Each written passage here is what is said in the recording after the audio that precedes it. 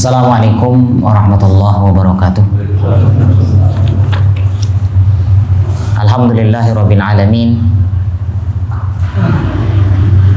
Assalatu wassalamu ala asyrafil anbiya wal mursalin nabiyyina Muhammadin wa ala alihi wa ashabihi ajma'in. Amma ba'du. Rabbi shrah li sadri wa yassir li amri wa hlul 'uqdatam min lisani yafqahu qawli. Jamaah salat asar rahimakumullah. Alhamdulillahirabbil alamin. Segala puji bagi Allah Subhanahu wa taala azza wa jalla.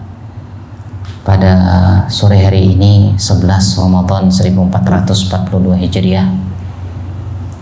Alhamdulillah kita masih dalam keadaan sehat, masih diberikan nikmat oleh Allah Subhanahu wa taala, dan mudah-mudahan Allah Subhanahu wa taala menjadikan kita senantiasa ke dalam orang-orang yang selalu bersyukur. Amin. Yang kedua, salawat dan salam semoga selalu terlimpah curahkan kepada Nabi kita, Nabi Muhammad sallallahu alaihi wasallam, beserta para keluarga, para sahabatnya, dan para pengikutnya sampai hari kiamat. Jemaah kaum muslimin rahimakumullah. Sore ini kita berada pada detik-detik di hari Jumat yang mana banyak ulama yang mengatakan bahwasannya waktu yang sangat mustajab untuk berdoa yaitu setelah sholat asar sampai maghrib. Ya, ini adalah sebuah momen yang segitu luar biasa. Terlebih hari ini adalah Ramadan, kita sedang berpuasa.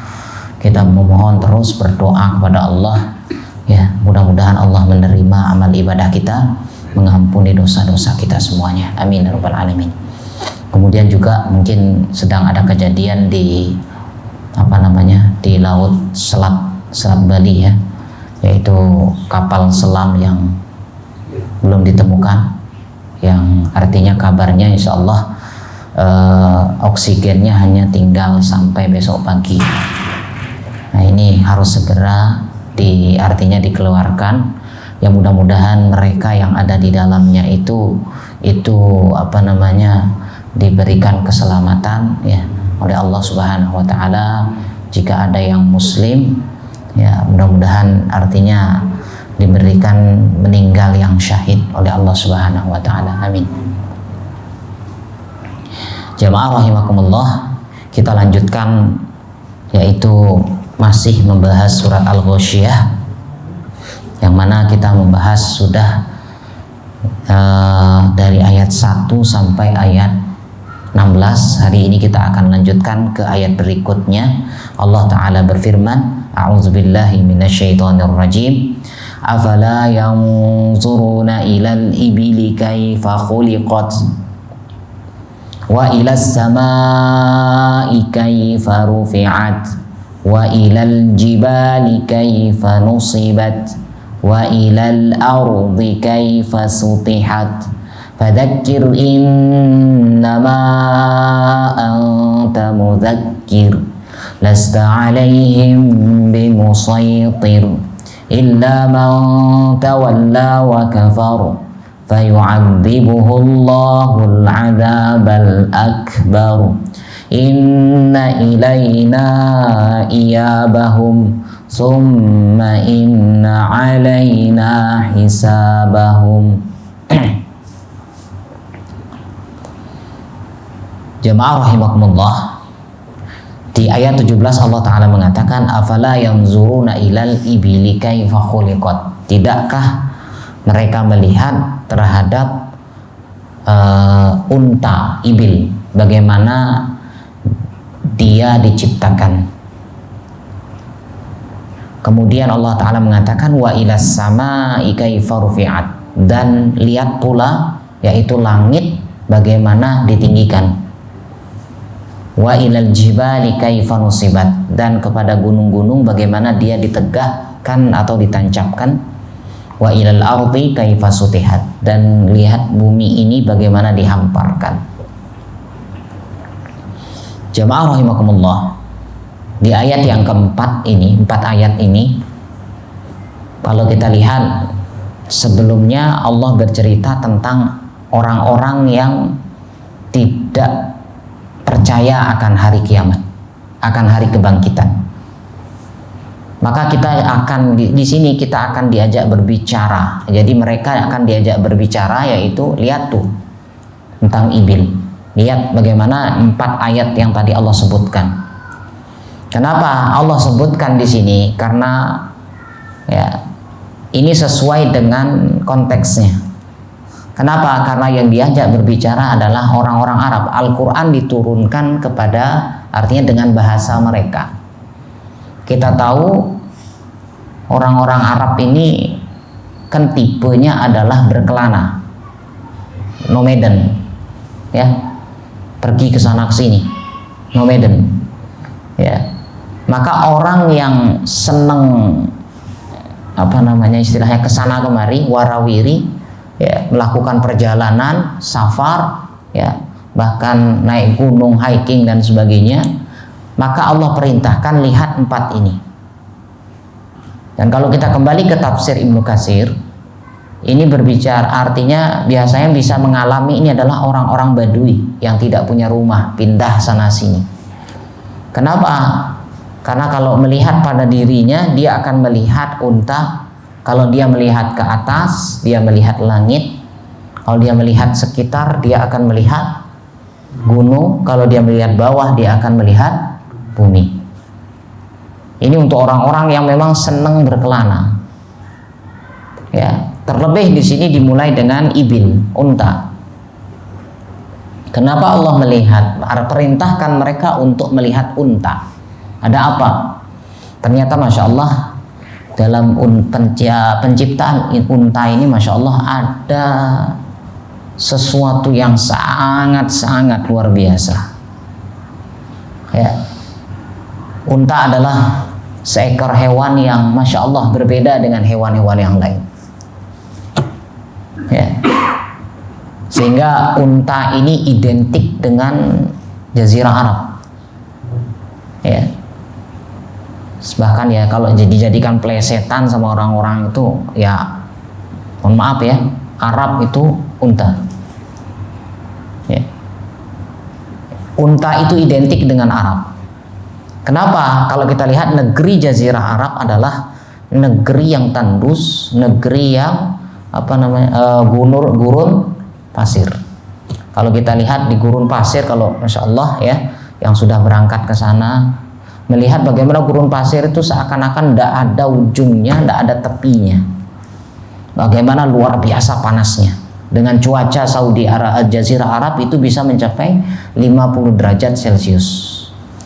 Kita di sini sudah berapa di sini kalau kita yang panas begitu rasanya? Yang kemarin pernah 32 yang pernah kita berapa hari itu panasnya luar biasa. 32 sudah kayak mau mekeplag rasanya. Apalagi kalau seandainya 50 derajat. Maka unta, Masya Allah, Allah berikan keistimewaan terhadap hewan ini. Ya. Dilihat, kalau kita lihat Allah Ta'ala mengatakan wa 'alaiha wa 'alal fulki tuhmalun. Ya. Di atasnya dan di atas fulki, bahtera, kalian dibawa manusia. Artinya manusia ini bisa menaiki onta, bisa menaiki bahtera, maksudnya kapal laut. Kenapa di sini digandengkan? Ya, unta itu digandengkan dengan bahtera, digandengkan dengan perahu, ya, dengan jukung. Ada apa? Ternyata subhanallah, ya, antum jika perhatikan, ya, maka wajar orang Arab tuh mengatakan unta itu adalah safinatus sakhra, julukannya. Safinah itu perahu, bahtera. Ya, safinah itu artinya bahtera. Sakhra gurun pasir. Jadi perahunya gurun pasir itu adalah unta. Coba antum perhatikan jalannya unta, ya, tangan dengan kakinya, kan 4 kaki ya. Kalau semua sebenarnya apa? Kaki apa tangan? Ya, semuanya kaki ya. Ya, ada yang mengatakan depan itu tangan, belakang itu kaki. Baik. Kita akan bicara bahwasanya ingat unta itu jalannya beda. Kalau kanan dulu semuanya. Kalau kemudian baru kiri semuanya. Beda dengan binatang lain, kambing dan sebagainya, sapi itu biasanya silang. Yang depan kanan, yang belakang kiri. Ketemu dia. Ya, berbeda. Ya, kalau ini unta enggak. Ya, jadi kanan, kiri. Kayak orang berbaris begitu. Antum perhatikan kalau gayung orang balapan perahu gimana? Ya, orang balapan perahu kan kanan dulu, kiri, tidak ada yang berbalik. Subhanallah. Nah, ini sebuah masya Allah ya keistimewaan dalam unta. Jadi dari jalan dia sudah berbeda. Kemudian nanti masya Allah ya kita tahu bagaimana pasir itu kan kalau kita jalan dia tenggelam. Kaki kita tenggelam. Antum coba jalan cari di pinggir laut saja. Ya, itu kalau kita jalan tenggelam kaki kita. Kalau pas pasirnya ini ndak padat begitu. Tapi kalau unta meskipun mereka bahwasanya membawa barang yang begitu sangat berat. Kenapa? Karena unta itu mampu membawa beban sekitar setengah ton. Kita kuatnya berapa? Orang yang lengannya gede, barbelnya paling besar berapa? Ya. Ini unta masya Allah dibawa, ya mereka bisa membawa setengah ton. Dan subhanallah unta ini, ya dia mampu berjalan di gurun pasir yang begitu sangat dahsyat panasnya itu dalam satu hari itu bisa 50 mil. 50 mil dalam 5 hari berturut-turut. Berarti satu hari 50 mil kali 5 kali 50 mil berarti 250 mil tanpa berhenti. Ya, 50 mil. 1 mil itu kira-kira 1,5 kilometer. 250 mil berarti sekitar 3,5-an, 400 kiloan meter. Subhanallah, luar biasa perjalanannya. Ya, itu unta. Kemudian kalau dia minum, ya bisa minum dalam waktu 10 menit. Antum bisa nanti lihat di internet. 10 menit itu bisa sepertiga berat badannya itu sepenuh sepertiga berat badannya. Kalau berat badannya anggap 100 kilo, berarti dia mampu dalam waktu 10 menit berapa? Sekitar 30-an kilo atau 30-an liter. Masya Allah. Ya, makanya dia kuat. Unta itu meskipun tidak minum, itu kuat sampai berminggu-minggu. Masya Allah. Ya, ini unta. Maka wajar Allah katakan, apakah tidak mereka melihat bagaimana unta itu diciptakan? Ya, saya rasa mobil pun kalau mau melintas di padang pasir dia harus mikir juga bagaimana desain mobil itu betul-betul harus tahan panas. Ya, bagaimana panasnya Saudi Arabia. Ya, belum lagi nanti di aspalnya itu. Tapi unta masya Allah. Ya, begitu juga sebagaimana penelitian unta itu kan karena namanya padang pasir dia harus kadang berhadapan dengan badai. Terus bagaimana matanya ternyata masya Allah ya ternyata punya bulu mata yang mampu melindungi dia dari masuknya pasir. Kalau kita kan mau tidak mau harus tutup mata. Ya, jadi kalaupun ditutup matanya dia masih bisa melihat. Subhanallah. Ini jemaah rahimakumullah. Maka afala yanzuruna ilal ibili kaifa khuliqat. Tidakkah mereka melihat bagaimana unta itu diciptakan oleh Allah Subhanahu wa taala? Ya, penciptaannya berbeda dengan yang lain sehingga betul-betul unta ini memberikan manfaat bagi kalian semua wahai manusia, terutama orang-orang Arab. Di zaman itu kendaraan yang paling terkuat adalah unta. Kalau sekarang mungkin ya sekarang masih ada mobil, truk dan sebagainya. Kalau zaman dulu tidak ada. Ya, mereka menggunakan yang namanya unta. Ya, bahkan yang terbaik di kalangan untuk untuk berkurban adalah kurban unta. Ini jamaah rahimakumullah. Ya. Dan unta juga hafalannya kuat. Hafalannya kuat. Jadi kalau unta itu sekali disakiti, dia mampu membalas kapanpun meskipun bertahun-tahun. Sekarang kita sakiti, dia akan ingat selama-lamanya. Itu unta. Ya, makanya pernah ada yang dilukai, ya dulu masih kecil dan sebagainya. Dia pernah melukai unta, dibesar saat dia besar, artinya dia ingat, dia yang gantian dilukai. Ini bagaimana hafalannya unta sangat-sangat luar biasa. Ini jamaah rahimakumullah. Baru Allah Ta'ala mengatakan, wa ila sama'i kaifa rufi'at. Lihat sekarang, unta sudah kamu lihat. Bagaimana keajaibannya? Bagaimana Allah ciptakan unta itu? Terus bagaimana sekarang sama langit? Di manakah ujung langit tersebut? Ya, di mana ada tiangnya langit? Ya, tidak ada di kalangan kita yang pernah menemukan yang namanya tiang langit. Langit tidak pernah jatuh. Ya, kalau sekarang ini ya, kalau kita pun namakan yang seperti ini namanya langit-langit. Ini tidak mungkin langit-langit ini bisa berdiri kecuali dengan adanya tiang.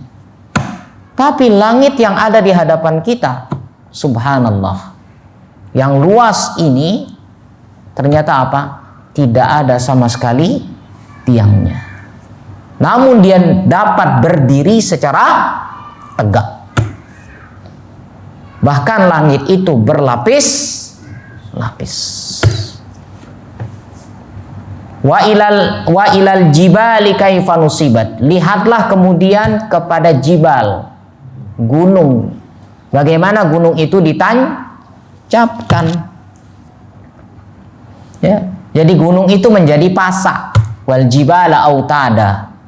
Gunung itu menjadi pasak, sehingga jarang yang negerinya memang banyak gunung berdampingan dengan bukit dan sebagainya, jarang terjadi gempa bumi. Ya, apalagi ada gunung-gunung batu begitu, jarang. Ya. Jamaah rahimakumullah, gunung inilah yang menjadi tiang pancang agar bumi itu tidak bergerak. Sama seperti kemah yang saya kemarin katakan. Kemah itu kalau pasang tali kemudian ada pasaknya. Kalau tidak pasang pasak, nanti kena angin kemahnya, dia akan terbawa angin. Ya. Jadi itu fungsinya gunung. Kemudian salah satu lagi, wa ilal ardi kaifa sutihat, dan bagaimana bumi ini dihamparkan.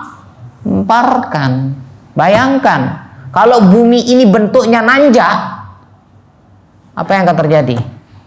Subhanallah. Kalau bumi ini bentuknya nanjak, siapa mau kuat? Kita sekarang semakin berumur, semakin tua, disuruh naik tangga 1, 2, 3 sampai 10 sudah tarik nafas.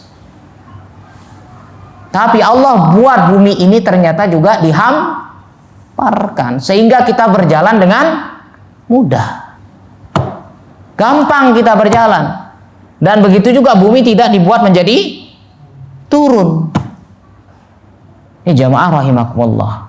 Sehingga kita diajak berpikir oleh Allah. Coba sekarang lihat unta, bagaimana penciptaannya. Langit yang begitu besar. Terus apa lagi? Kemudian gunung, kemudian bumi. Lihat ini semua, penciptaannya begitu sangat-sangat luar biasa, begitu sangat istimewa. Allah mampu menciptakan yang seperti ini. Baru masa kalian tidak percaya dengan namanya hari kebangkitan? Allah mampu membangkitkan kalian. Jangankan kalian, yang besar begini saja Allah mampu ciptakan. Ya. Sehingga dalam sebuah ayat lain Allah Ta'ala mengatakan, inna aradnal amanata 'alas samawati wal ard wal jibal fa abaina ay yahmilnaha wa ashfaqna minha innahu kana zaluman jahula. ketika kami tawarkan sebuah amanah, amanah di sana menurut ulama tafsir mengatakan Islam. Ya, ketika kami tawarkan amanah, ya, inna aradnal amanata 'alas samawat, diberikan dulu kepada samawat, langit-langit. Langit ini kan besar, ya, luas. Pertama langit ditawarkan oleh Allah. Kemudian apa? Aradnas samawati wal ard. Baru Allah tawarkan kepada bumi. Baru kemudian Allah tawarkan kepada jibal yang lebih kecil. Yang besar belum ditawarkan. Yang luas, langit. Yang kedua yang kedua bumi. Baru dalamnya bumi apa? Gunung. Gunung yang ditawarkan terakhir oleh Allah. Apa kata Allah? Inna aradnal amanata 'alas samawati wal ardi wal jibal fa abaina ayyahmilnaha. Mereka semua enggan, tidak mau nerima amanah yang Allah berikan, tidak kuat. Karena pekerjaan paling berat adalah memikul amanah. Wa asfaqna minha. Mereka semuanya nolak. Semuanya nolak, tidak sanggup bawa amanah. Kemudian apa? Datang manusia. Wa hamalahal insan. Manusia yang mikul. Sudah sini biar saya bawa amanah itu. Kan tipe kita manusia memang seperti itu. Gampang ini, sudah sini bawa. Wa hamalahal insan. Allah sudah gariskan, innahu kana zaluman jahula. Manusia itu punya sifat zalim, jahil.